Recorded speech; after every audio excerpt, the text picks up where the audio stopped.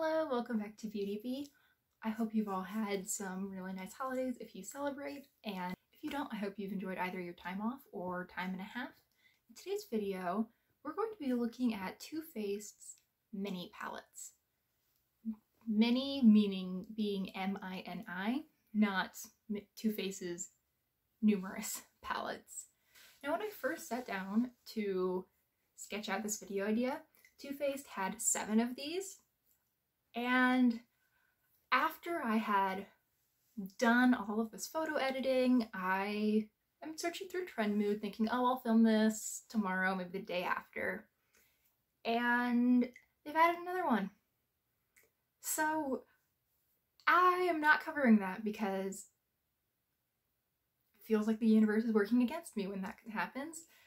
So we're only going to look at these 7 that were available when I sat down to make this, I don't know, 3 or 4 days ago at this point. Let's start first by just looking over the 7 we're going to be talking about. I knew that I wanted to do some redesigning with these palettes, but I didn't know exactly how I was going to go about it.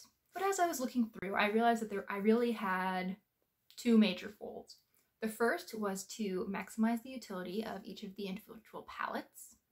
So make sure that there aren't duplicate shades, make sure that I could get multiple looks out of each of these little 8-pan palettes. And second, to minimize the across palette similarities. Looking across palettes, you see some pretty similar themes. A lot of these palettes have this matte, muted orange shade. A lot of them have a dark reddish brown as their deepen things up shade. Things tend to skew quite warm, and you see quite a bit of pink throughout. So I tried to tone that down a little bit while still retaining the spirit of the palette itself, if I can, and keeping it as something that I could actually see Too Faced releasing. So let's start with the palette that I made the fewest changes to. In fact, none. I think that the Too Faced Gingerbread Spice is actually pretty good as is. None of the shades are overly similar. I could see myself getting a variety of looks. I feel that each shade has a purpose, and I think that this really does quite well represent the full-size gingerbread spice palette in miniature. So to build up the suspense, I'm going to work from the palette that needed the least renovation work to the one that needed the most.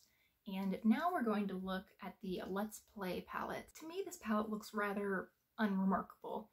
It almost looks like if you were to train an AI on the other 6 palettes and had it generate a new one, I feel like it wouldn't be too dissimilar to this palette. And I get what they're going for here. It's aimed at lighter skin tones. It's sort of a neutral lover's take on color. Yes, you do have some color. You have the orange, you have the pink, but those are both grounded with a corresponding shimmer that would really make them quite wearable, I think, even for diehard neutral fans. I thought there was just too much orange overall. So I decided to make one little tweak and just switch out that orange for a metallic, vibrant purple. For me, it would be very helpful to have some metallic depth to this palette, as well as that dark red that we're going to see over and over again. And for a palette called Let's Play, this doesn't feel very playful, and I think that an addition of a really bright, fun purple ameliorates that situation. Here's where we really start making changes with Light My Fire. Now, this is not a color story that appeals to me at all. These really bright, primary takes on warm colors is really not what I'm interested in, but I understand where they're coming from, and I wanted to keep the spirit of the palette. The biggest problem that I see then, looking at this palette through that lens, is that there's no depth. I'll illustrate that actually. Here is the full palette, and here it is in grayscale. I think you can see that all 5 of those mattes are the same depth, so they end up coming up as almost identical in grayscale. Now that's not going to help you build up depth. For a lot of people, that would probably limit the number of looks they could get. So I wanted to add some dimension and some depth as I reworked this palette. So how we've changed that is by replacing these rather sad looking red and brown mattes with a much deeper, richer red and a true matte black. I think that will definitely help add some depth and build dimension into what could otherwise be a rather flat look. When I sat down to start working on this video, I kind of thought that Shake Your Pom Poms would require little to no work. This is actually a palette that I've kind of looked at picking up over the years. I think it's very pretty, it's very neutral, it seems super easy, but I think my tastes must have changed over the years because now when I look at this, I think it's maybe a little bit too neutral. And while I do love neutral, I feel like this is maybe a little too safe, bordering on being boring. I've tried to add interest by incorporating a bit more green, so focusing in on this palm theme that Too Faced brings up and then really only pulls in, I think, for that olive green shade. I've replaced this peachy brown with a matte khaki shade and the deep cool matte brown with a really dark olivey green matte. What I end up with is this row that by itself can give you this very olive khaki green look, and a row that will give you quite a neutral look with a little bit of pink. In that top row, I have also deepened up the last shade a little bit. I've taken that from a light bronze to more of a brown bronze. I think that it and the shimmery gold in the palette were just a little bit too similar. I don't think they would look different enough on the eye to give the amount of versatility that I personally would want.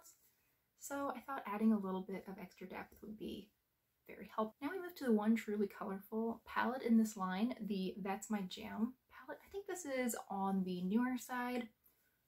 Now when I look at 3/4 of this palette, I adore it. I think it's fun. I think it's this very feminine, very springtime, almost leaning into Barbie territory, so perfect for Too Faced. But then the matte orange and the matte burgundy come in, as they do throughout this line, and I feel it just spoils the effect.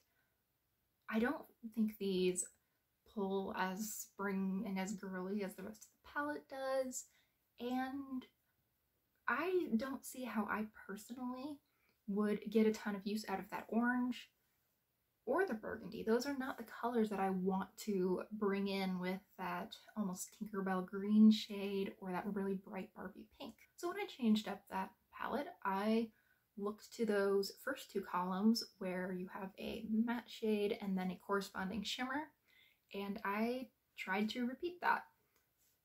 To go with this really light springtime shimmery grass green, which is probably my favorite shade in this palette, I added a matte, slightly deeper version of the same hue that I think could make a really easy 2-shadow look. Just go shimmery on the lid, matte in the crease, and you can repeat that actually across this entire palette.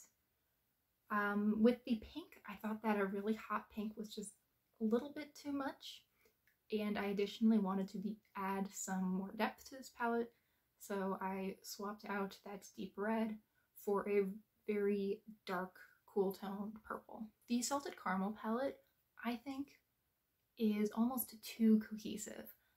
It feels like this is very much a one look palette. You're going to get something pretty soft, likely it's going to have some warm light shimmers, and you're probably going to have to use that dark red to deepen things up. So what I've done here is, again, go for this setup where we have 2 rows, there's a complete look within each row, and then you can of course mix and match between the two to create something a bit more interesting. Most of the top row consists of shades that did belong to the original palettes. The orange has been moved from the second row into the top row, and I have lightened up that peachy shimmer to a very light gold. I wanted this top row to stay pretty warm, and then on the bottom we're going to lean quite a bit more cool. So there is a bright silver, which is a shade that's completely missing. There's no gray or silver in any of these palettes, which is a shame. I think it's such a pretty color. The more pinky peach matte has been made a little bit more cool toned and a little bit more truly pink to help differentiate it from that more orangey peach matte that it now inhabits that first row, because I just don't think that those original two shades were quite different enough. I don't know that they would really give you different enough looks to warrant both of their inclusion in the palettes. I wanted to make one of these palettes cater a little bit more towards deeper skin tones, though of course anyone could probably get away with using it. I didn't think that we needed one of these super light brow bone type shades in nearly all, not quite all, but nearly all of these palettes. So I replaced that white with a little bit more useful light brown to be a transition shade. Otherwise, that top row stayed pretty much the same. The bottom row definitely got a makeover. It went much deeper and much cooler. The bronze shade has been replaced with this blue-brown MAC Club style duochrome. There is a light purple, again, that could be used as a transition shade. I think that's likely how I would use it. And a deep, rich, shimmery plum, which I think is beautiful. And I have to give credit where credit is due.